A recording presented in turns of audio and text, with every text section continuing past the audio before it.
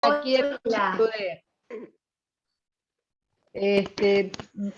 hoy siendo viernes 27 de agosto del 2021, nos reunimos en el grupo de investigación Bion Post-Bion, que ya lleva muchos años.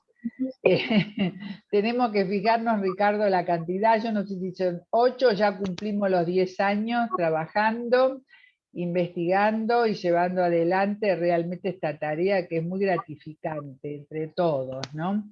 Así que hoy vamos a leer el resumen que el doctor Ricardo Rey preparó de un trabajo de Leon Greenberg, del italiano, que tradujo, que se llama Funcionamiento de la parte creativa, neurótica y psicótica del analista. Así que es muy prometedor. Así que, Juan, ¿lo tenés el trabajo? ¿Podés empezar a leer? Sí, acá lo tengo. Así que te escuchamos. ¿De qué fecha, perdón, qué fecha escribió Leon Greenberg este trabajo? Es del ¿Saben? año 80, el libro es del año 83. Ok. Abajo está la Gracias. referencia bibliográfica, que es importante tenerla por si la quieren utilizar. Después podemos comentar algunas cositas de Greenberg como para que conozcan un poco más de Greenberg. Sí, exacto. Bueno, gracias. Bueno, Juan, sí, largamos. Dale. Bueno, Leon Greenberg, resumen de Ricardo Rey. Funcionamiento de la parte creativa, neurótica y psicótica del analista. Parte creativa.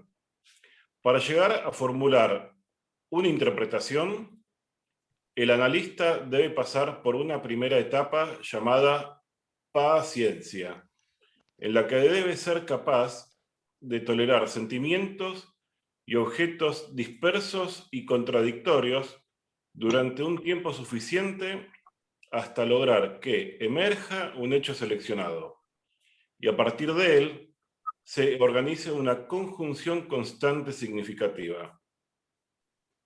Ello permite que varias hipótesis se mantengan significativas sin que adquieran un significado prematuro.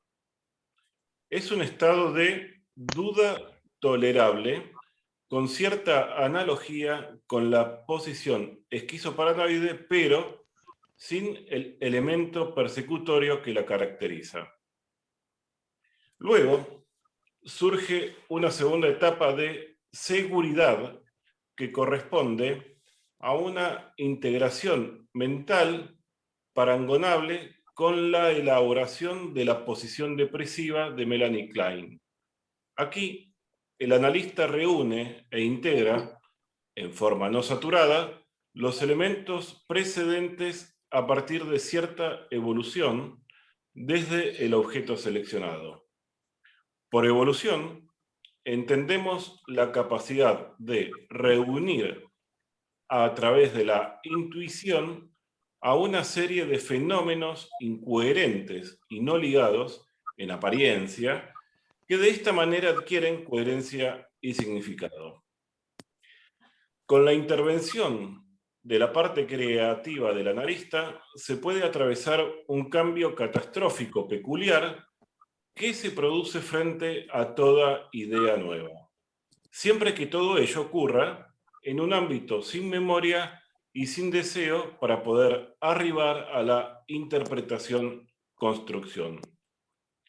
En cambio, la parte neurótica de la personalidad del analista frente al material que emerge en la sesión responderá con intolerancia frente a la no comprensión, y esa intolerancia llevará al recuerdo de materiales precedentes y de teorías y al deseo de cumplir con la función interpretativa, lo que conducirá a una interpretación cliché basada en una utilización rígida de la teoría del complejo de Edipo o de la relación del lactante con el pecho. Será una interpretación que no dirá nada en particular de lo que está ocurriendo en el aquí y el ahora del vínculo entre el paciente y el analista, Es una transformación a modo rígido que traduce un elemento del material manifiesto en otra cosa. La parte psicótica de la personalidad del analista puede manifestarse por fatiga extrema o resonancia con la gravedad de la parte psicótica del paciente. Genera un estado de impaciencia e intolerancia. El analista recurre prematuramente. Perdón, hay un micrófono. Hay micrófonos, sí. Retomo. Sí. Dale. La parte psicótica de la personalidad del analista puede manifestarse por fatiga extrema o resonancia con la gravedad de la parte psicótica del paciente. Genera un estado de impaciencia e intolerancia. El analista recurre prematuramente a la hipermemoria y a la omnisciencia, generando una interpretación omnipotente que busca imponerse como una verdad sin admitir dudas. Continúo. Sí. Uso de la interpretación hacia la construcción. Hay una flecha que marca interpretación, flecha construcción.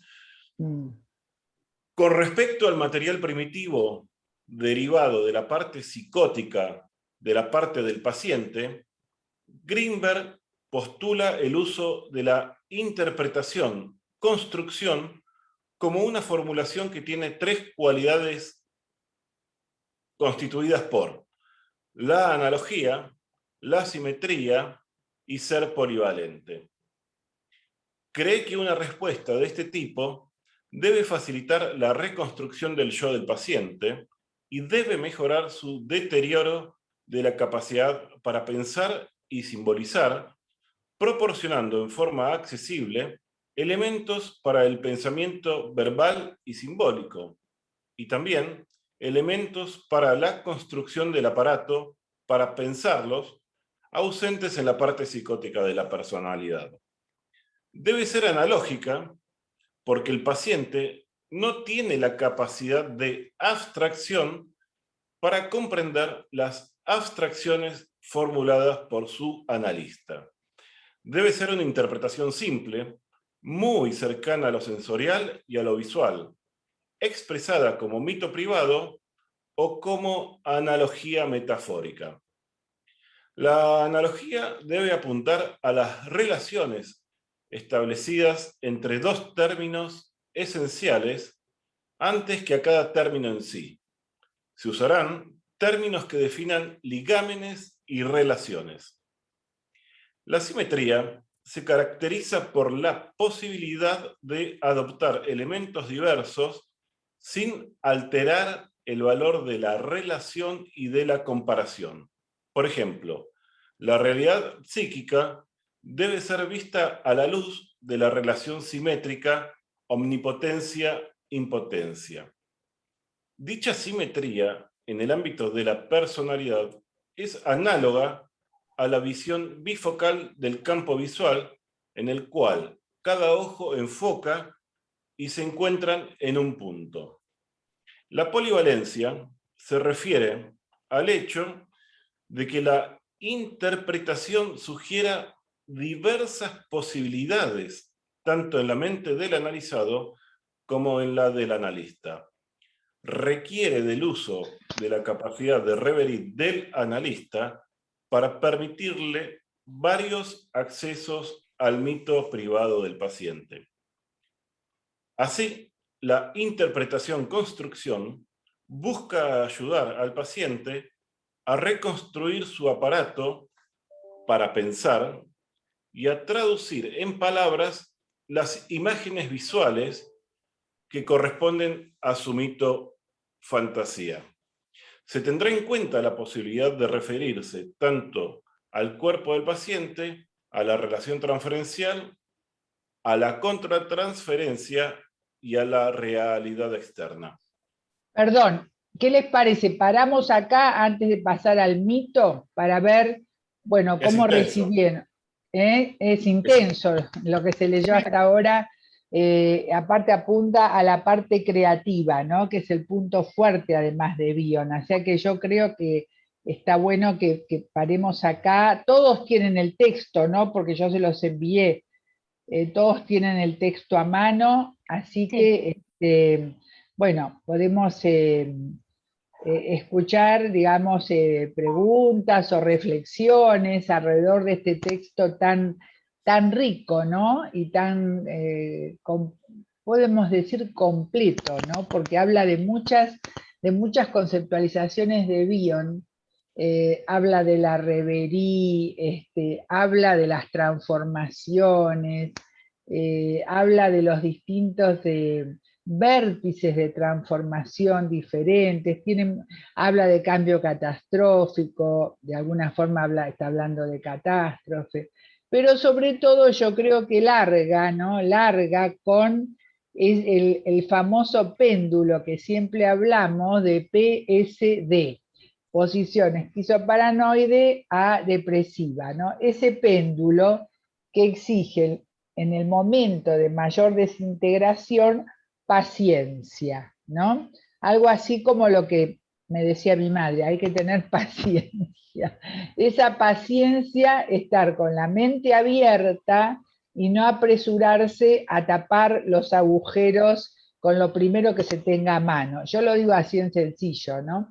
Y esa fluctuación a esos momentos de cierta seguridad que nos está hablando de ese estado, que ese estado de duda tolerable nos lleva, digamos, de alguna manera, a un posicionamiento depresivo, ¿no? Depresivo en el sentido, digamos, de crecimiento y evolución mental, ¿no? Bueno, yo no digo más nada, pero me pareció muy interesante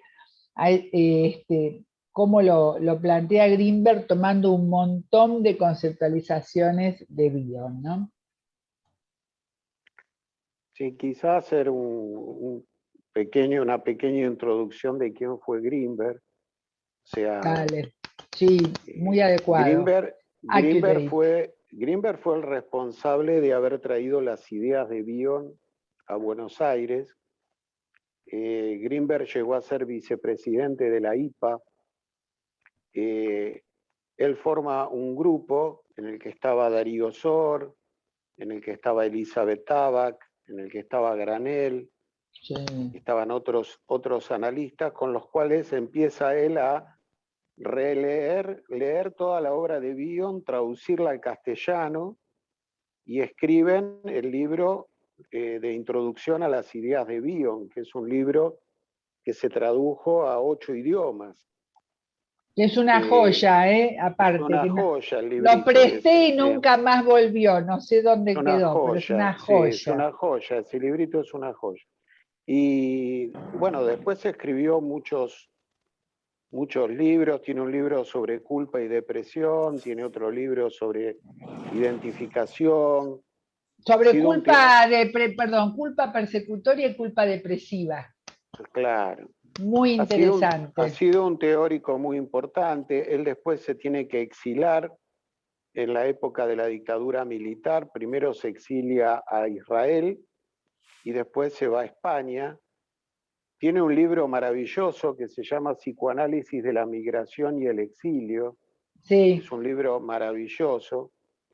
Y después en España, cuando llega a España, él se presenta a la Sociedad Psicoanalítica Española y los españoles lo nombran presidente de la Sociedad Psicoanalítica Española, porque él superaba enormemente en conocimiento a toda la gente que estaba ahí en España.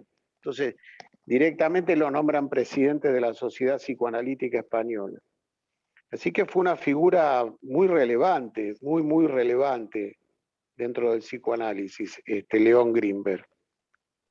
Sí, exactamente. Y la mujer también, que la mujer creó el premio Rebeca Greenberg. Rebeca Greenberg, sí, que era analista de chicos, creo. De niños, estaba en el grupo de las analistas de niños, en el grupo Eran fuerte. analistas de niños, sí.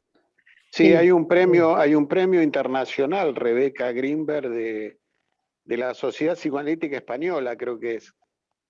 Sí, hay un premio que se creó. Así que Bueno, un poco para que se pongan en el autor, ¿no? No sé si alguien tiene una duda tolerable, como dice acá, una duda tolerable No, me que pueda... parece que Fecha la de cuestión de la paciencia con pacientes psicóticos, bueno, después por ahí puedo traer un paciente de este tipo. Tráelo, porque yo creo que viene muy bien. Con ejemplos se aprende más rápido. Igualmente, nosotros, si no se puede publicar, no se publica, queda para circulación interna. Así que si querés, te escuchamos. No, lo puedo, digamos, se puede dibujar. Ya sabemos. Sí. Dibuja muy bien, Juan. Pero este tema de la paciencia y este tema de la realidad externa, que también lo toma Ogden, me parece, que Claro, es un posbioniano importante. cómo convertir esa relación paciente-analista en un vínculo real, ¿no? Ujú, Donde se ujú. trata de limar las proyecciones psicóticas, ¿no? Pero bueno, prefiero seguir leyendo y después Bueno, retomar. no sé si alguien quiere hacer alguna pregunta. Sí, me parece interesante, después. las tres cualidades, la analogía, la simetría y ser polivalente. Ricardo, ¿podés ampliarlo? Mira, yo creo que él en el trabajo a propósito no lo explica demasiado. Me parece que no lo Ajá. explica demasiado porque me parece que es lo más bioniano que hay no explicarlo demasiado, porque te obliga a que vos te quedes pensando, claro, te obliga a que vos te quedes pensando qué me está queriendo decir con esto, ¿no? Este, con respecto de la analogía, me parece que él se refiere a que en la interpretación uno pueda compararle al paciente A con B. O sea, mostrarle al paciente ciertas comparaciones donde uno le compara A con B. Sería B, como pasa esto acá, esto está pasando allá. O sea, una especie Bueno, de A con B todo el tiempo. Después, en la simetría, esto lo usa mucho Eigen, la simetría. La simetría es esto de poner las cosas en pares opuestos. O sea, poner la cosa en pares opuestos de lindo, feo, omnipotencia, impotencia, o sea, alto, bajo, o sea, ponerlo en pares opuestos. Y la polivalencia es esto de poderlo ver desde distintos lugares simultáneamente. Ujú. Me parece que se Yo, refiere a digamos, estas tres cosas. Y sí. después cuando él dice abajo, traducir en palabras, me parece que se refiere a lo que Ferro e Hilda muchas veces ha traído, esto de construir una narrativa, generar una narrativa donde esas imágenes visuales que tiene el paciente de su mito, fantasía, pueda ser puesta en palabras y pueda ser elaborado, ¿no?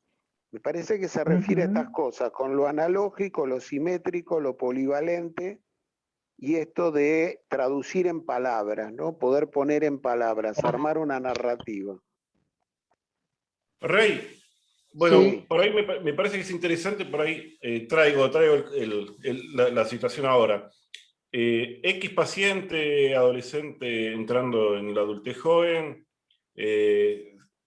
fuma muy seguido, siempre venía diciendo que no había fumado, pero en realidad siempre fumaba, era una negación, pero resulta que la noche anterior había fumado, y en la última sesión viene y dice, no voy a decir que no estoy fumando, pero la verdad estoy fumando. Bueno, dije, golazo, admisión. Pero esta persona cuando fuma, se le aparece como un personaje que es muy superyoico, pero es como un personaje como si fuera un delirio visual que lo Cuando mira, fuma ¿no? marihuana. Marihuana, sí.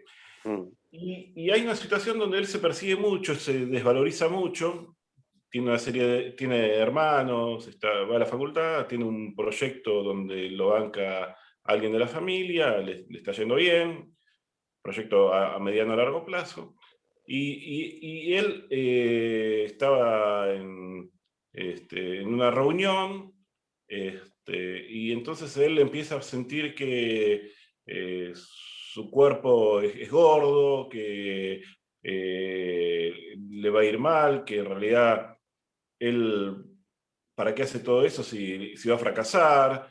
Empieza como a tocarse el cuerpo, ¿no? Porque siente que está gordo en realidad, hace gimnasia, qué sé yo.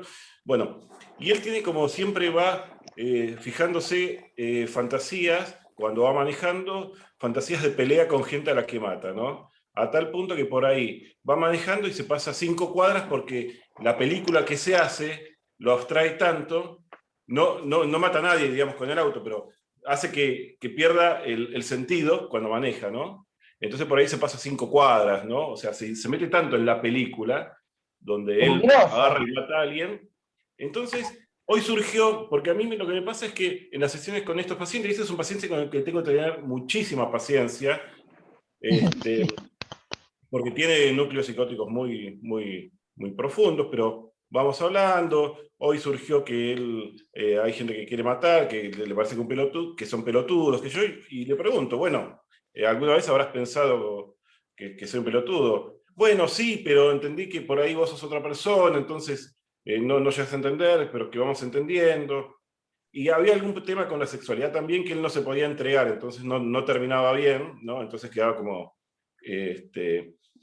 El tema es que en estas peleas él elige distintos personajes en la fantasía y los termina matando, ¿no? Y hoy me surgió la última imagen de 7 pecados capitales, ¿no? Donde él venía diciendo, bueno, cuando yo me peleo, hay gente que en realidad no voy a terminar de matar o pelearme porque en realidad le voy a dar importancia, ¿no? Entonces surgió la última escena de los 7 pecados capitales, donde a Brad Pitt, no sé si la vieron, pero en esa escena, bueno, donde en realidad el psicópata logra que Brad Pitt, digamos, termine matándolo, digamos, ¿no? Y logra que, digamos, no sé cómo llamarlo, pero una suerte de super yo tanático logre su cometido, ¿no? Que es hacerlo mierda. No es muy... bueno, destruirlo a este detective, ¿no? Y surgió esta película, y él dice, a ver, y la buscó, ¿no? Y la buscó, tenía el celular, ya faltaban pocos minutos para terminar la sesión, y buscó el final de esta situación, y bueno, y eso como que de alguna forma fue su fantasía materializada en un film. No sé si algo de esto tiene que ver con lo analógico, con esto que trae. Yo creo que sí, a mí me parece que sí, porque vos le permitiste que él construya algún tipo de narrativa donde se empiezan a esclarecer como ciertas estructuras endopsíquicas que él tiene y que él vive proyectándolas afuera. O sea, cuando él proyecta estas escenas donde él va a matar a los otros, esa es una estructura endopsíquica de él, infantil, donde alguien lo quería matar a él, necesariamente. Claro, y aparte ese final es terrible porque él le da la caja, perdón, pero la necesitamos, le da la caja con la cabeza de la mujer que estaba embarazada. Entonces está claramente el ataque a la madre y a la madre embarazada. Más claro, échenle, como digo yo, la bandina, porque ese final es que lo termina de enloquecer al protagonista, Brad Pitt, cuando le da la caja, la cabeza de la mujer con la cual dijo que se divirtió mucho, que estaba embarazada esperando un hijo, ¿no? O sea que todas las historias de Klein que parecen muy fantasiadas, en esa película están todas representadas, ¿no? Digamos, mandatos superyoicos crueles y destructivos y persecutorios, ¿no? Todo eso que Klein lo trae en las fantasías, esa película lo muestra como clarito, y ese final es el ataque a la madre embarazada y a la pareja unida, ¿no? Es decir, con toda la fuerza. Algo de eso puede estar pasando en él, ¿no? En el Juan, paciente. ¿Qué decís, Juan? Yo quería decir Juan, algo después. Bueno, dale, sí, a ver los que no decí. hablaron. Te escuchamos, Sí. Patricia. Bueno, no, me encanta este artículo. Gracias, Ricardo. Yo estaba pensando, bueno, en las advertencias a nosotros los analistas, ¿no? Que tanto las necesitamos en nuestro trabajo clínico, técnico, teórico.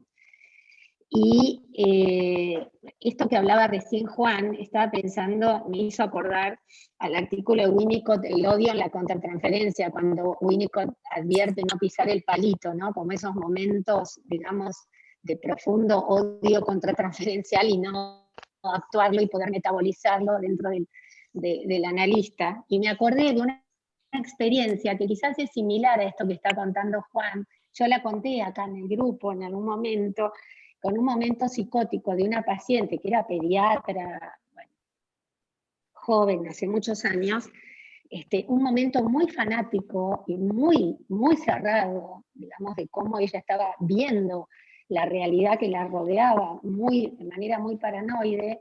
Y entonces a mí se me ocurrió, yo tenía la computadora y dije, te voy a mostrar, vamos a escuchar juntas un trabajo de una escritora joven que se llama Chimamanda Adichie, que yo lo pasé al grupo hace mucho tiempo, un video que se llama The Danger of the Single Story, que es el peligro del pensamiento único, ¿no? De la idea única. Y es tan maravilloso como esta escritora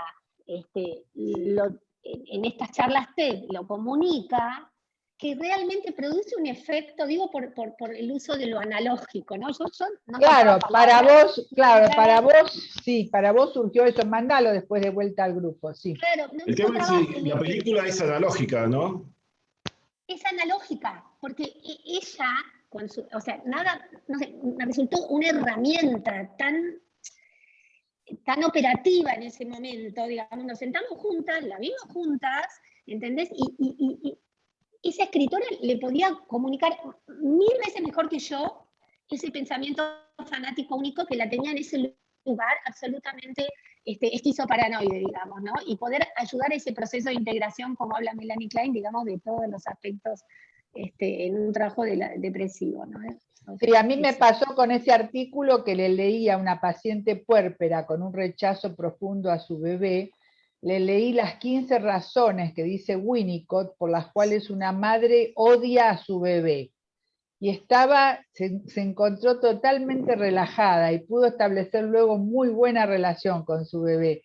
No podía creerlo, ¿no? Y yo le leí las 15 razones que habla Winnicott por las cuales la madre puérpera, digamos, odia al bebé. O sea, que son situaciones que en cada uno resuena de otra manera. No sé si resuena en este paciente, evidentemente lo que trae Juan es el ataque a la capacidad vinculante del encuentro con el otro, el ataque al vínculo, que de última es el ataque a la pareja creadora, ¿no? Y a la verdad vincular, que como un hijo surge de una pareja creadora analítica, ¿no? Y cómo la está permanentemente atacando hasta el punto que ese odio le hace perder el rumbo, ¿no? Porque cuando maneja se va, ¿no? Se pierde el rumbo. A mí me parece en ese sentido, bueno, cada uno tomará, como dice acá el artículo, porque en este pedacito yo seleccioné cambio catastrófico, que sería esa posibilidad que trae Juan de pasar de esa catástrofe de alguien que quiere matar a todo el mundo, ¿no? A la posibilidad de un cambio catastrófico, incluyéndolo en una narrativa. Tomar un hecho seleccionado para Juan fue la película. Cuidarse de la prematurez, porque Bion decía que la interpretación tiene dos peligros, ser prematura o ser tardía. En las dos maneras no sirve, ¿no?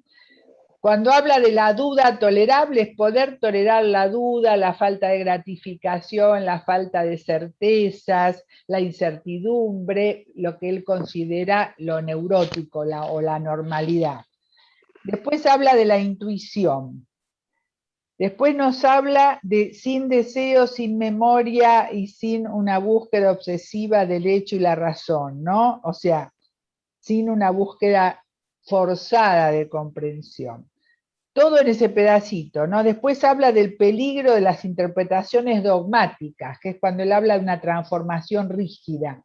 En vez de una transformación para el crecimiento mental a través de la interpretación, surge la dogmática. Bueno, este tiene un problema con el Edipo, este le enchufó no sé qué con el pecho, y aparece lo dogmático. Y lo dogmático mata la verdad vincular, aparece el tema de la verdad sin dudas, como planteó Juan y como planteó Patricia Linenberg recién, ¿no? Porque la verdad sin dudas es la que mata la verdad vincular, la verdad que surge y se establece en el vínculo.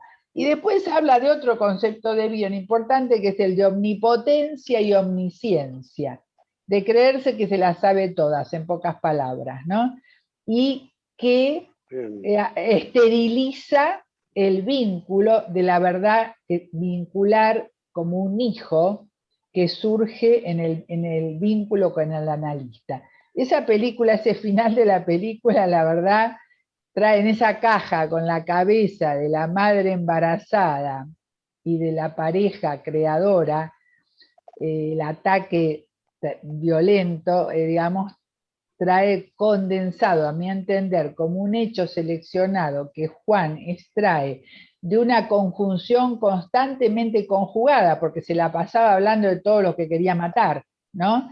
A Juan le emerge esa intuición y esa película. O sea, todos esos conceptos de Bion están en ese pedacito y creo que están en el ejemplo. Sí, no sé quién, perdón, querías decir, Ricardo, te escuchamos.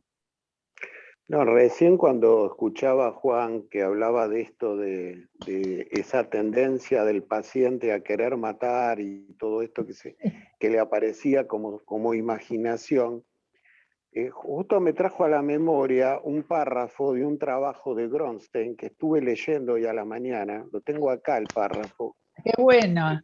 El ¿El párrafo agujero dice... negro?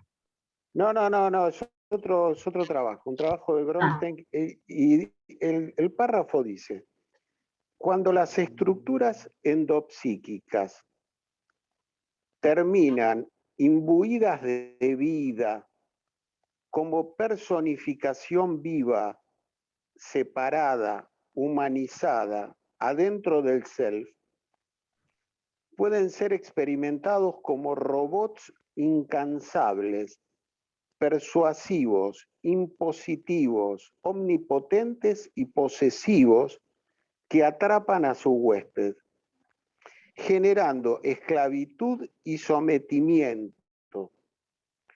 El sujeto puede desarrollar una adicción psíquica a su dependencia, generando una vida disociada de alta influencia en el sujeto. Hay una lealtad hacia estos acompañantes permanentes que generan como un campo gravitacional del cual el paciente no puede salir. A la ¿no? miércoles. Entonces, lo que me parece, yo lo aplicaría a lo que vos traías, Juan, como que el paciente en esta idea de que va a matar, de que va a matar, de que va a matar, hay una estructura endopsíquica generada con algún objeto infantil, hostil, donde él queda atrapado en esa personificación viva, como dice Gronstein, de ese vínculo atrapante, impositivo, incansable, omnipotente, que lo lleva a tengo que matar, tengo que matar, tengo que matar, tengo que matar, y él termina en un estado de esclavitud, de sometimiento, como que ese objeto maligno genera como un campo gravitacional del cual no puede salir. Entonces, cuando vos le ofreces un relato una película o le ofreces alguna cosa donde él pueda ligar eso con otra cosa, le estás permitiendo como una salida de ese mundo endopsíquico cerrado en el que él vive. Le estás ofreciendo como una salida. Es muy interesante, comparto plenamente, muy, muy acertado. Y lo otro, hablando de intuiciones, yo con los pacientes a veces trabajo como, no sé, un acupunturista que va tocando los puntos, ¿no? A ver qué pasa, ¿no? Y a mí se me ocurrió preguntarle si él alguna vez no había tenido ganas de matarme porque yo era un pelotudo, y logro que él, bueno, había algo ahí, él dice, no, alguna vez cuando empezamos y yo estaba muy, muy tomado, me enojé con vos y yo dije, qué golazo, porque estamos hablando ya de una relación real, digamos, ¿no? Y él está pudiendo dar cuenta de que hay algo que puede soportar eso, digamos, ¿no? Yo les digo, pasan los 45 minutos y es como un ejercicio. Hablando de ejercicio, él se Bueno, compone cuando hace ejercicio físico. Claro, porque larga un poco de toda la agresión que tiene adentro, pero lo importante también es ese ejercicio emocional que vos le ofrecés a través del músculo ejercitado de la intuición, como dice Bion. Ejercitás ese músculo para poder armar un continente para un contenido que es realmente impensable, porque cuando dijiste la película a uno le corre frío esa película, ¿no? Y o sea, un continente para un contenido, PSD, pudiste ensoñar que emerja una intuición, voy viendo los elementos para Bion, ¿no? Y en cierto equilibrio entre el amor, el odio y el conocimiento, ¿no? Porque como dijo Patricia antes, el tema del odio que también puede levantar o despertar este tipo de pacientes, ¿no? Y ese equilibrio, y lo pudiste sostener porque hay una dimensión de un sentido, que es toda la teoría que manejás y tu práctica, y la de todos, está la dimensión del mito, que después la vamos a ver cuando leamos, ¿no? Pero de un mito que para vos apareció y apareció esa situación a través de la película y del valor de la narrativa, es tu mito personal, cada uno tiene su mito personal. A vos te parecieron las películas, ¿no? Es decir, De hecho, Hilda, yo sé que vos hubieras operado de una forma muy distinta, pues te conozco. Yo sé que Rey hubiera operado de otra forma distinta. De acuerdo, a partir de nuestras experiencias personales de análisis y de poder albergar en nuestra historia personal todos esos aspectos tan peleados, inconscientes que fueron conscientes o tan penosos nuestros. Cada uno tiene sus cosas y cada paciente tendrá una pregnancia con esos aspectos de cada analista, ¿no? Eso me parece que es importante, que cuanto más uno se conecta con los aspectos con internos, la propia infancia, como dice Bion. Sí, con la sexualidad, con las cosas violentas, con las angustias. Bueno, yo creo que ahí los pacientes es como que se animan más a hablar sus cosas íntimas también. Claro, porque se juega, el analista se juega. Por eso yo apuntaba Perdona, Ricardo, termino con esto porque así me quedo tranquila que dije los 5 elementos. La dimensión del sentido, la dimensión del mito, que es el mito de la cultura que vivimos, por eso por ahí se nombra Edipo y todo eso, y el mito es a la cultura lo que la creencia es al individuo, y la creencia de cada uno en su experiencia, como dice Juan, del análisis, etcétera.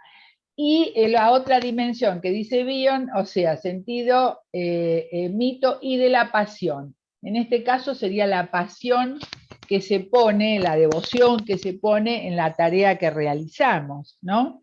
O sea, que dice que, digamos, Bion lo toma así, ¿no? Como una entrega sin espera de devolución, porque hay toda una pasión puesta en la interpretación de Juan ante un paciente con ese nivel de agresividad que fácilmente hace que, como dijo Patricia Linenberg, o como que uno saque el martillo y haga así, ¿no?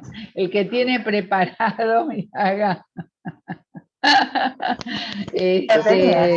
Lo tenía, sí, pero para romper corazones de chocolate me lo Está bien, regalaron. está bien. Bueno, ¿qué ibas a decir, Ricardo? Eh, algunas cosas. Yo me imaginaría que Alguna cosita. algunas cosas. Sí.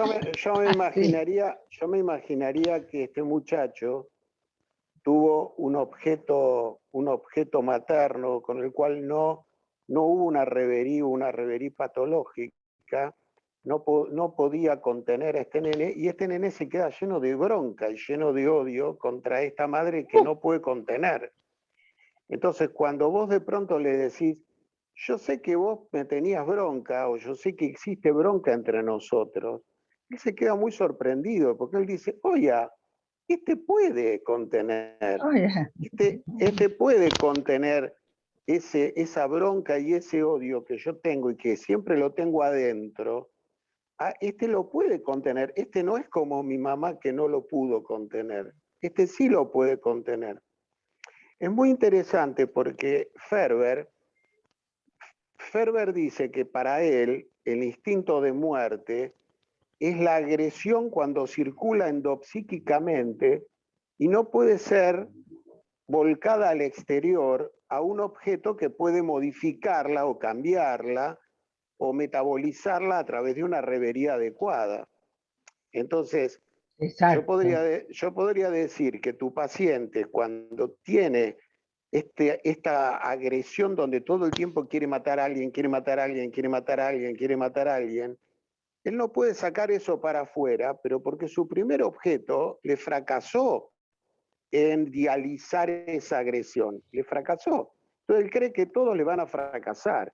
Ahora, cuando vos le decís, no, yo puedo tolerar que vos te enojes conmigo, que me tengas bronca, que vos pienses que soy un tarado, entonces él se sorprende mucho, porque dice, oye, entonces ¿para qué lo tengo adentro? Si acá afuera lo puedo sacar y lo puedo charlar y lo puedo conversar. Si hay un continente que lo puede recibir, que también Exacto. se suma a lo que dice Winnicott. Winnicott dice la importancia de poder tolerar la agresión y no devolverla con un sentido de venganza. Winnicott lo dice así, de Lo parte dice del así. vínculo con la En el madre. odio, ahí está, en el odio, en la contratransferencia, es así. No con venganza, claro. Que es lo que habrá sentido el paciente, ¿no? Con Juan. No sé si Juan querés agregar algo, pues te estabas riendo. Con la mamá. Hay algunas vicisitudes que van orientadas a cosas infantiles. Sí. Entre ellas que le nació un hermanito. El hermanito. Claro. Le cortó la cabeza a la madre y la metió en la caja cuando nació el hermanito. A los 10 meses le nace un hermanito. Vieron que tenía razón, Pero, Klein tenía razón. Entre otras cosas. Pero Entre bueno, otras cosas, claro. Hasta acá llego. Hasta ahí llegó mi amor, como se dice. Pero es interesante porque otro concepto, en este pedacito que trajo de resumen Ricardo, otro concepto que aparece de Bion, que creo que es el paraguas que cubre todo, es el tema de los aspectos psicóticos y neuróticos de la personalidad. Esa fluctuación y esa aceptación también de los aspectos psicóticos y neuróticos de la personalidad. Es creo que el paraguas que encubre a todo lo que está viendo. Yo estuve puntuando exactamente todos los conceptos que aparecen centrales, ¿no? Y que me pareció muy linda la definición de como eso de la verdad que no admite dudas, ¿no? Y que destruye la verdad vincular, ¿no? Y que evidentemente es una verdad cargada de ansiedad paranoide y no depresiva, ¿no? Porque en la depresiva aparece la otredad, eso que vimos con Susana ayer, con Susana Racinski, con, ¿cómo se llama? Guillermo Carvajal, cuando habla de la Tiene que ver con el otredad. fanatismo. Pero por ahí eso Claro, también tiene es que ver con fanatismo, claro, la Ah, verdad dogmática es fanatismo. tal Y como cual. decía ayer en el programa de Susana Racinski, que se los recomiendo que no se lo pierdan, que estuvo Guillermo Carvajal, él habló de la otra edad, de cómo que no se puede incluir al otro, ¿no? Y ahí, por supuesto, el fundamentalismo y el fanatismo, el otro no existe, ¿no? Es un dogma. Primero el dogma, entonces anula cualquier fertilidad, ¿no? Posible.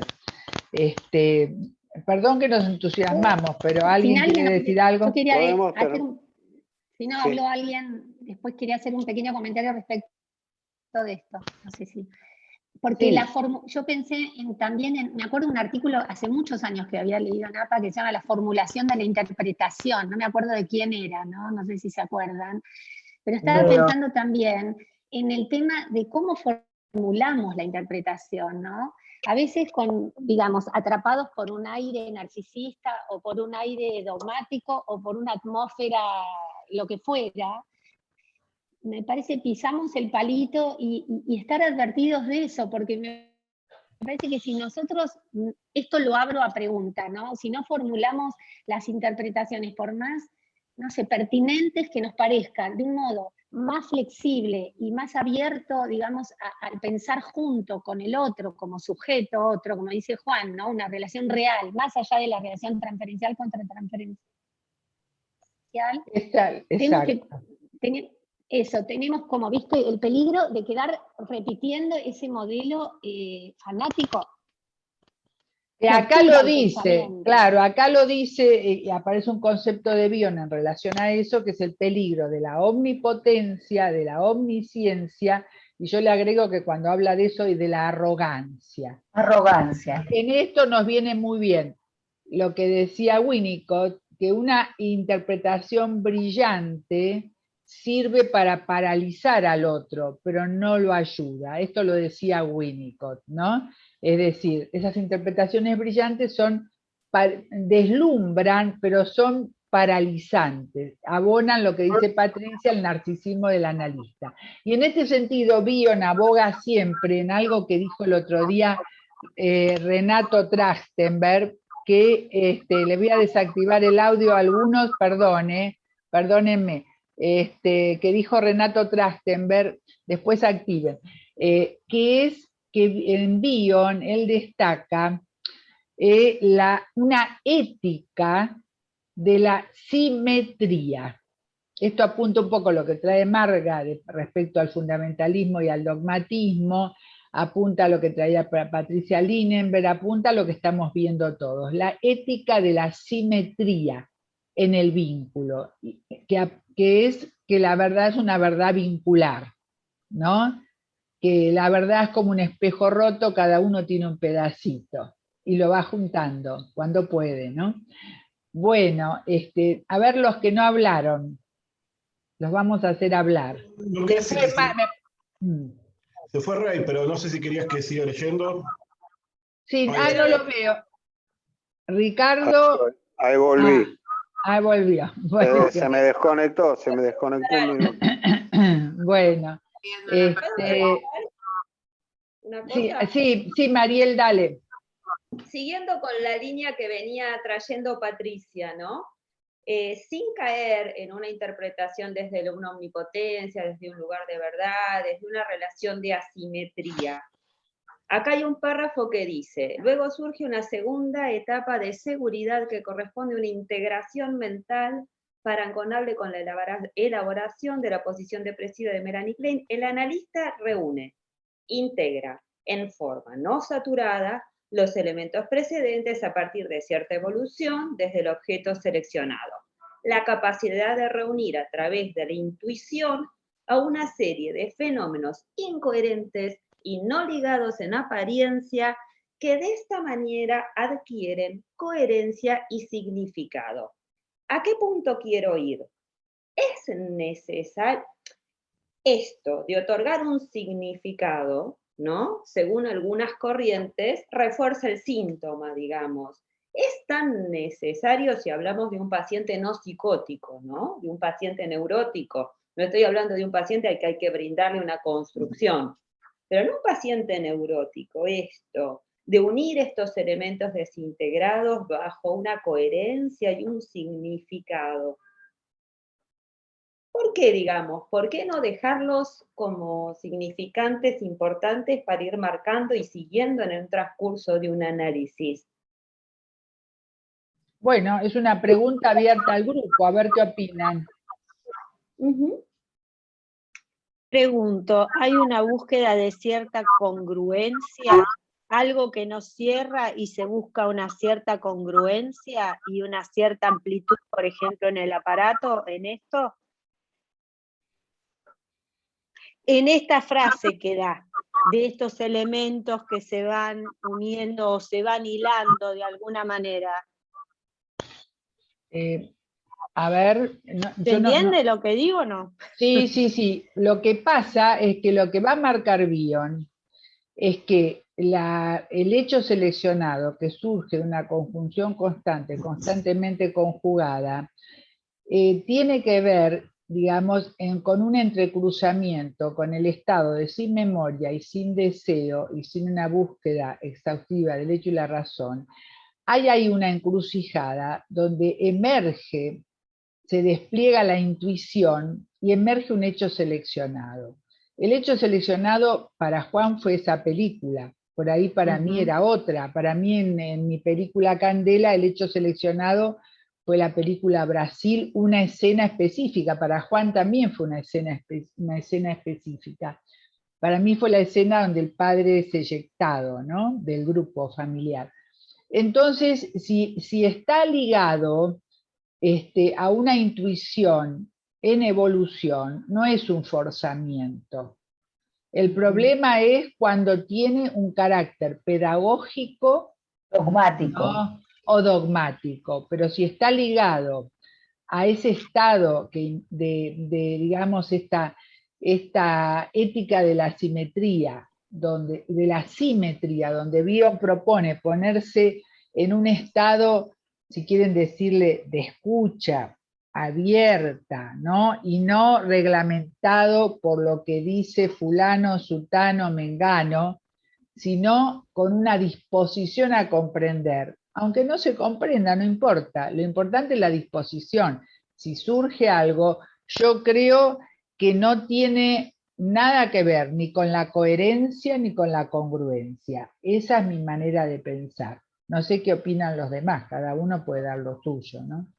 A mí me parece, Mariel, que tal vez, me parece también, es subjetivo, pero como que la solución, no sé si la solución, pero la respuesta sería cuando dice no saturada.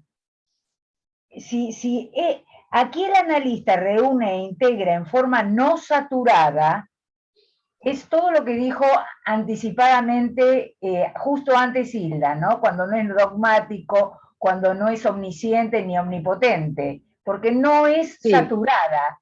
O sea, dejás libremente al sujeto que por ahí pueda divagar todo lo que quiera, pero en la medida que se pueda, bueno, vas como reacomodando, pero no saturadamente. Y esa me parece que es la clave, no saturar. Eso me gustó, Marga, me gustó lo de no saturado, me resulta un poco incompatible con la palabra significado. Claro. Bueno, porque se entremezclan teorías diferentes. Claro, pero por ahí la clave es esa. Fíjate que una palabra, un renglón antes dice no saturado. Sí, por ahí es, sí. Claro, está por ahí, yo no lo había visto, es cierto, ahora lo encontré. Lo importante es que quede abierto y no saturado. Claro, lo que pasa es que yo hablo hablo de la ética de la simetría, ¿no? Claro. Y también, bueno, del interjuego de diferentes posturas teóricas, ¿no? Eso también interviene. Bueno, no sé, alguien terminemos, podemos terminar. Quería decir algo.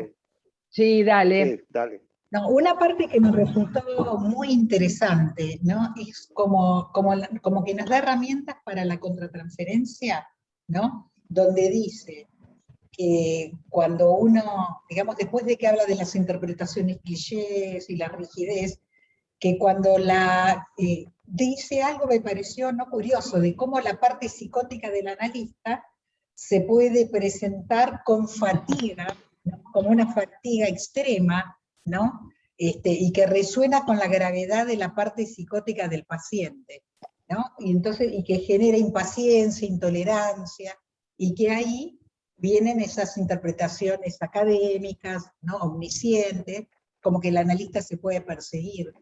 Me parece muy interesante, ¿no? Muy interesante. Qué bueno que lo subrayaste, ¿no? Porque sería la analista que dice, otra vez con lo mismo, otra vez con la misma historia.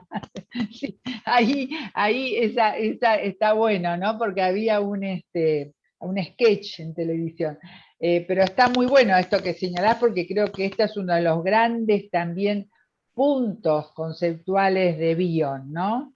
El admitir la parte psicótica del analista, en principio, y trabajarla desde ahí, ¿no? Con lo que le está representando. O sea, está muy bueno tu señalamiento, Viviana, no sé qué piensan los demás. Y es en la misma línea, ¿no? Y yo creo, ¿puedo decir algo? Sí, dale. Lo que decís recién, Viviana, es fundamental, porque eso tiene que ver con la parte perceptiva, intuitiva. Si el terapeuta satura, como decía Marga, o sea, el paciente se disgregó y se fragmentó porque era intolerable. Sí. Entonces yo no puedo saturarlo porque vuelvo a hacer esa situación traumática. Eso va surgiendo en los que trabajamos con estos pacientes. La paciente que yo les comenté en la otra clase, la primera vez, ella me dijo, cuando dijo que pensaba acuchillar a los hombres cuando se acostaba a tener relaciones, después de mucho tiempo me dijo, yo me di cuenta que vos no me tuviste miedo, no me dijiste nada. No puedo hablar ahora, pero contestame. ¿Cómo? Uno utiliza los recursos que sentimos y que percibimos, pero es muy importante que el paciente sienta que no estamos más arriba, en el sentido de que estamos en esa situación perceptiva. Por eso es muy importante también otro autor, que es Psicosis y Persona de Salomón Resnick. Se los recomiendo también. Sí, supervisé con él. Sí. Y yo también, sí. Pero, trabajaba mucho esos aspectos, sí. Digamos, los que trabajamos con pacientes así, es la única forma, o sea, no hay otra. Gracias, Juan. O sea yo creo que sería bueno con todos trabajar así, perdón, ¿no? Sí, sí, con todos. Yo creo con todos, porque esa cosa de lo provisorio, lo ir trabajando juntos, ¿no? Patricia, me parece que eso abre, ¿no? Pero para eso hay que tener en cuenta, por eso cuando decía Mariel, todos los aspectos psicóticos, los núcleos psicóticos de la personalidad neurótica. Y esto hubo muchos errores a veces en los abordajes, porque no se tenía en cuenta esa parte escindida desde el analista. Que es la que aparece ahora en el mito de Palinuro, cuando leamos el mito de Palinuro, ¿no? Ahí es que aparece, digamos, ¿no? La parte psicótica subterránea. ¿Vieron cómo ahora se escucha un subterráneo? Pero a mí yo pensaba recién, ¿no? Que en esta época, digamos, pandémica, ¿no? Que estamos atravesando, cómo aparecen también las expresiones extremas de los estados alterados de la mente, ¿no? Porque tanto Juan habla de un paciente que tenía ganas de matar a todo el mundo, digamos, y se mataba él mismo porque perdía el rumbo, y Susana trae también, ¿no? Una paciente que quería acuchillar a los hombres con los que tenía relaciones, o sea, cómo se ataca el poder vinculante de la mente, el poder vinculante de los pensamientos, que tienen que ver con la posibilidad de generar ideas y el temor a las ideas que pueden surgir, el temor a la fertilidad de una mente que piensa y de mucho más de dos mentes que piensan, ¿no?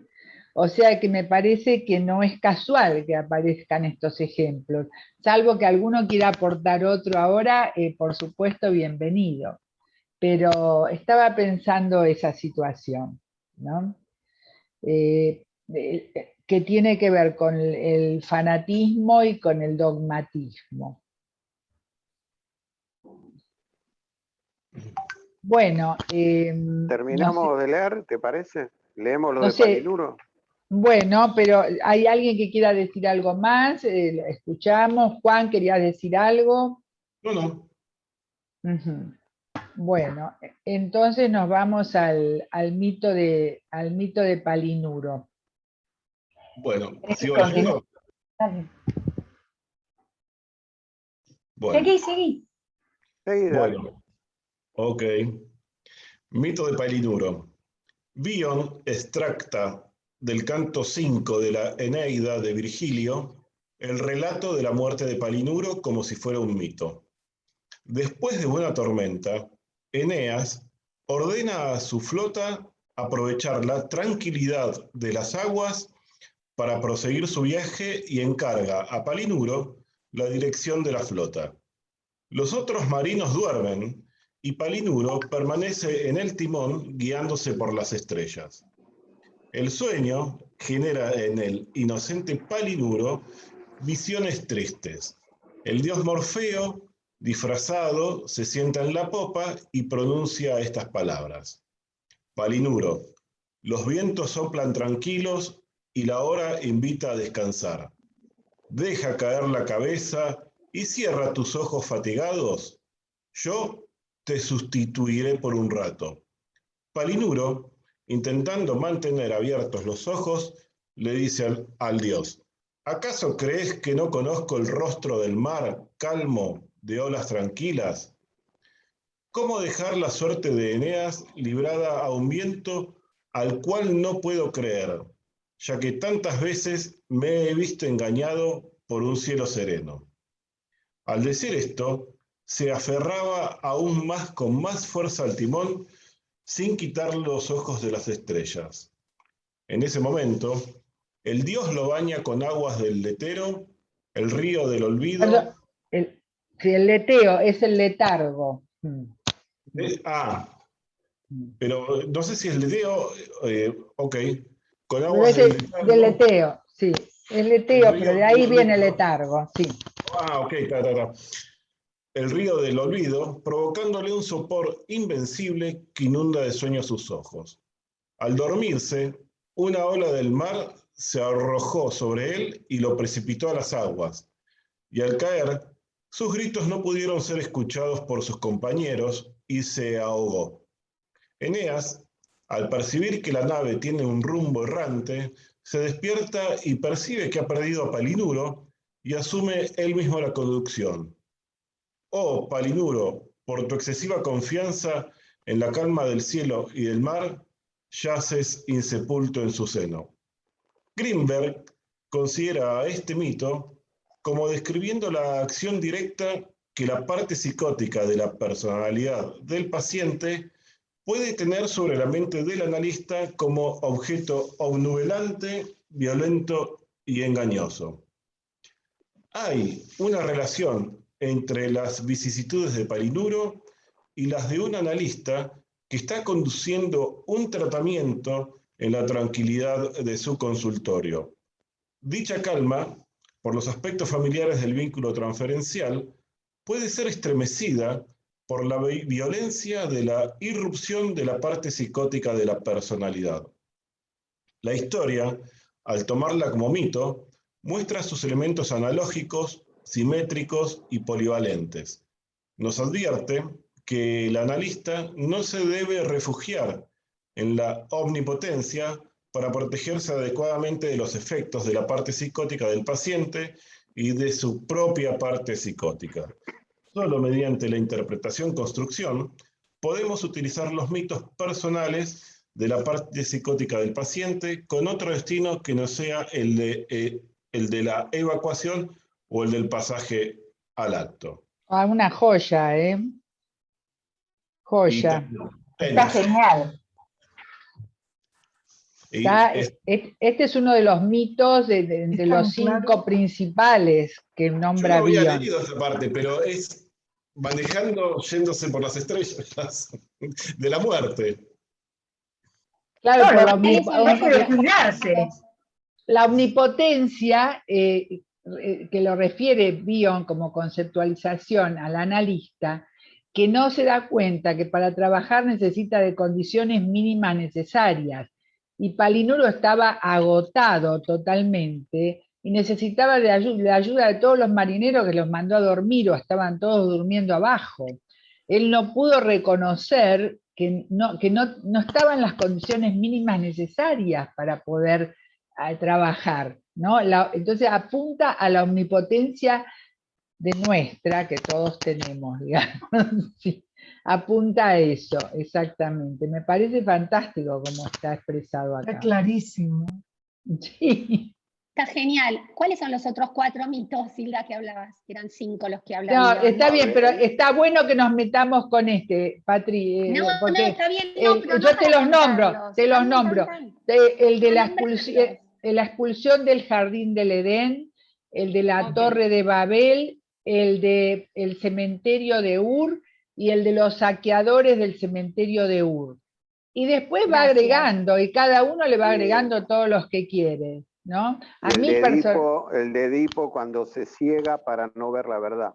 El de Edipo, exactamente. Ese, como es el más conocido nuestro, como psicoanalista, siempre me olvido de nombrarlo, por algo será. Pero está. Pero está bueno. Está...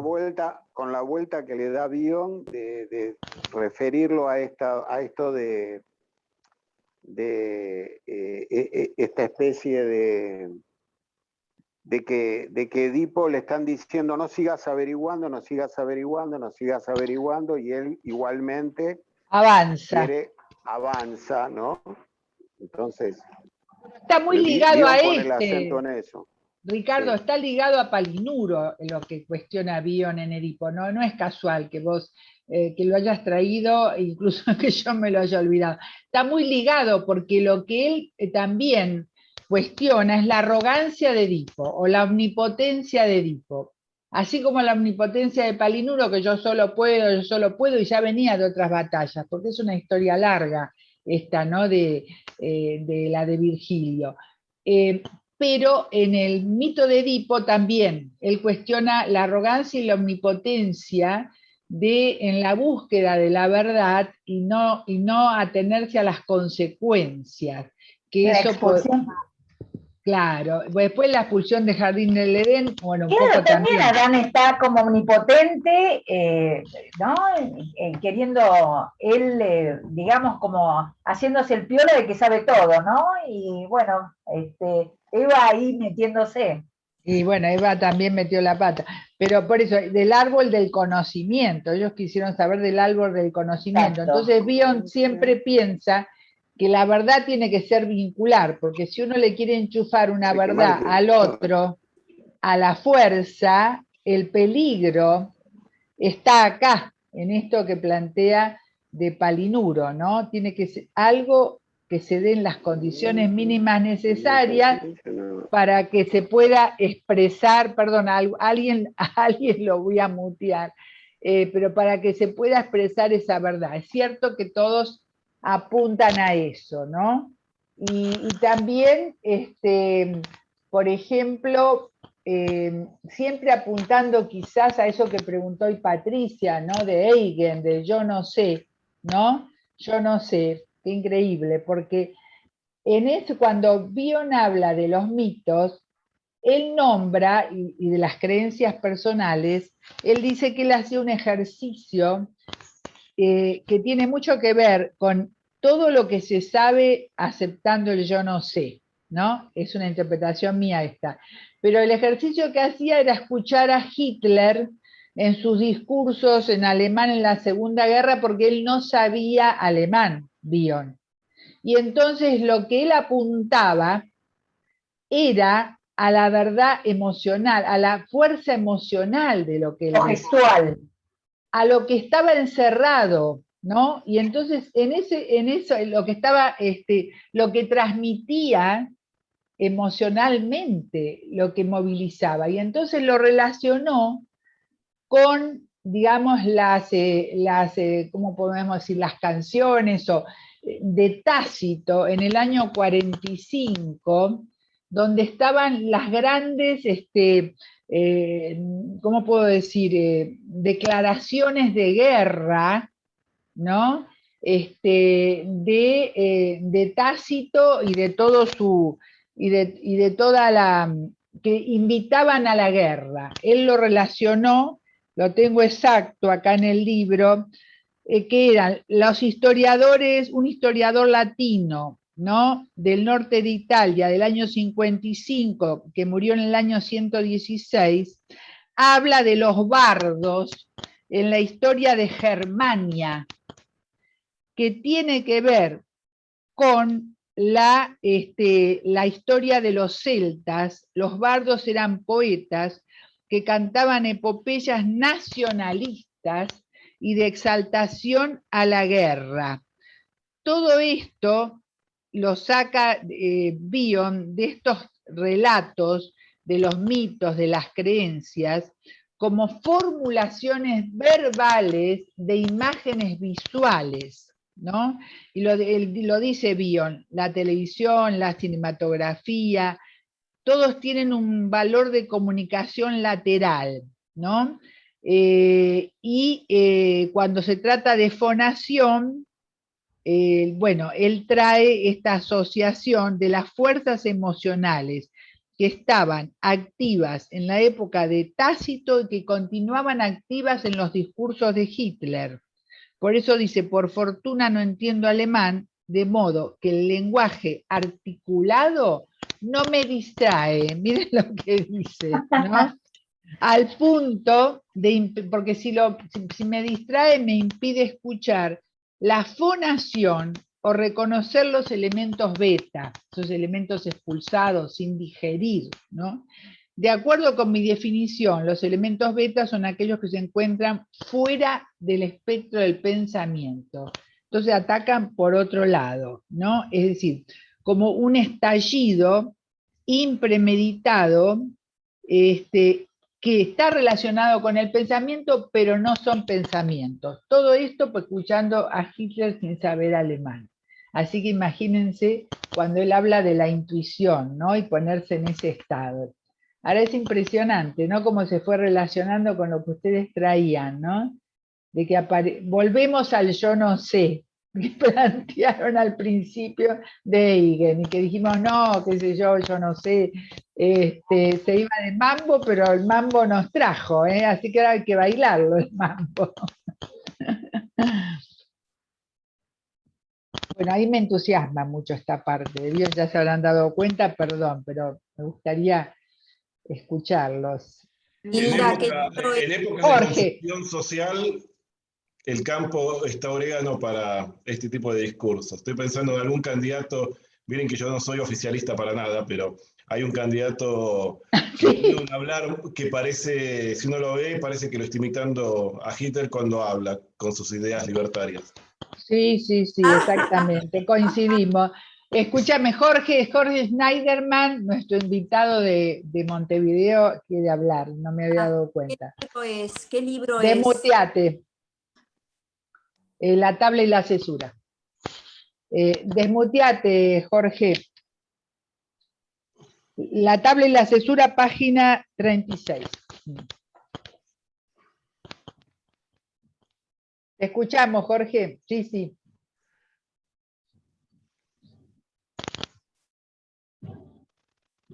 No se escucha nada. No se escucha. No se escucha. Debe...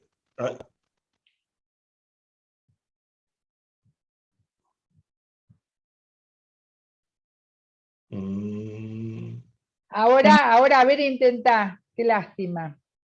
Me parece que, Hilda, ¿vos lo tenés muteado? No es un tema de Zoom, ¿Ese auriculares o sonido de la computadora? ¿El sonido de la computadora no la tendrás en baja? No se escucha nada.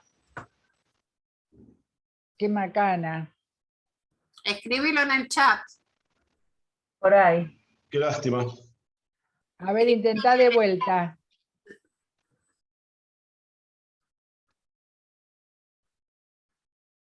Hoy se bajó, creo que va a volver a entrar. No, sacó la imagen. Ah, tenés razón.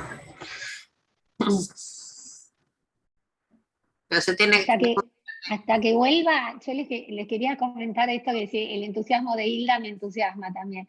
Mi papá, que era inmigrante polaco, siempre nos contaba que cuando él escuchaba, digamos, a Hitler, el magnetismo que producía la personalidad y esa arrogancia que tenía, ¿no? Generaba lo que después entendí bien en el psicología de las masas y análisis del yo, el aplanamiento del pensamiento y cómo arrasa con la emoción, ¿no? Esto que decías vos, Hilda, recién, ¿no? Sí, sí, sí. Y sobre todo en los adolescentes. A ver, Jorge. Ahora sí, ¿no? Sí. Ok, no, estaba pensando un poco cuando hiciste alusión a Hitler, ¿no? Hay muchos estudios a nivel psicosociolingüístico viendo cuál es el énfasis que, sobre todo todos estos líderes totalitarios, cuáles eran los recursos que tenían, ¿no? Y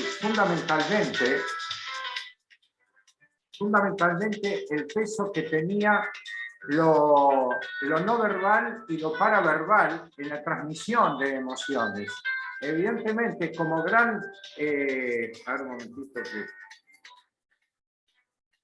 como gran foco de inspiración para estos individuos estaba justamente la poética que se instala en la narrativa pangermanista. Entonces, un estudio, recuerdo, decía que en determinados momentos, cuando Hitler transmitía ante las multitudes, apenas un 8% de los elementos transmitidos dependían del factor verbal, en tanto un 55% eran estrictamente no verbales y un 37% no verbales, o sea, basándose en el ritmo, la intensidad, la cadencia.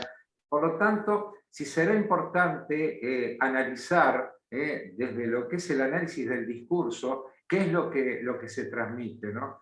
Por eso, y cuando hiciste alusión a los bardos y a todas esas tradiciones que hacen a la narrativa pangermanista, que se basaban justamente en lo poético como una forma de llegar a las masas, de imponer una verdad. Y evidentemente tenía hasta casi un efecto hipnótico. Y creo que a las pruebas nos debemos remitir. En tanto, todas esas expresiones totalitarias, sin lugar a dudas, se basaban en eso, ¿no? En la captación y en los juegos de seducción a través de la gestualidad y a través de todos esos recursos que hacen también a la tradición poética en la que se basó Hitler. Es muy profundo el tema, pero algún día por ahí podremos abundar en eso. Claro, porque... Te agregaría ¿el lenguaje analógico y digital? Sí. Perdón. No, te agregaría, Jorge, la alusión permanente de estos discursos al llamado a la libertad, ¿no? Es muy paradójico, ¿no? Exactamente. Todo eso. Es paradojal. Todo sumamente paradójico, sí. Claro, porque Jorge es un investigador de la historia del psicoanálisis también, ¿no? Y digamos, y de todas. Así que tendríamos que hacer un espacio para esto que dijiste, que en algún momento lo querés transmitir y será bien recibido, ¿no? Así que lo vamos pensando, la actividad la vamos pensando. La verdad, no sé, la verdad vincular, digo, que fue surgiendo en el grupo, es que trajiste un artículo, Ricardo, que realmente movilizó mucho y abarcó muchísimos conceptos, de Bion, de lo clínico, de lo que estamos trabajando, realmente muy, muy rico, ¿no? Es decir, estamos sobre el final, pero no sé si alguien quiere decir algo. Acá Cristina agradece por el resumen, por el encuentro, que fue muy enriquecedor. También Jenny dejó saludos, Mirta Iwan también agradece mucho el encuentro, lo pueden leer en el chat. Marta se tuvo que ir antes, pero realmente hubo un interjuego entre lo teórico y lo clínico que creo que nos nutrió a todos, ¿no? Nos nutrió a todos, y en cada uno disparará otras ideas, ¿no? Otros pensamientos. Así que bueno, te vamos a aplaudir, Ricardo, por el resumen, ¿eh? Bueno, Gracias. Mucha facha. Tengo que ir. Un beso a todos, me encantó. Me tengo que ir. gracias, Mariel. Bueno, Fueron todos excelentes. Muchas gracias. sí, hasta la próxima y bueno, vamos a ver si seguimos Abrazo, buscando abrazo. nutrientes. Gracias. Hasta Nos la vemos. próxima, ¿eh? Nos vemos. Nos vemos. Gracias. Gracias, Tilda, también. ¿Vos sabés Gracias lo a que mí todos, me pasó? Yo vengo, de yo vengo del Borda Moyano de la Multi y estaba el Ateneo después con el equipo que se está integrando, y somos 6, y se daba toda esta cuestión, pero a nivel de equipo de colegas. Entonces, no, viste, me hacía ruido cómo intervenir. Era un ejemplo, pero no de paciente, o sea, era la intervención de un analista en la Multi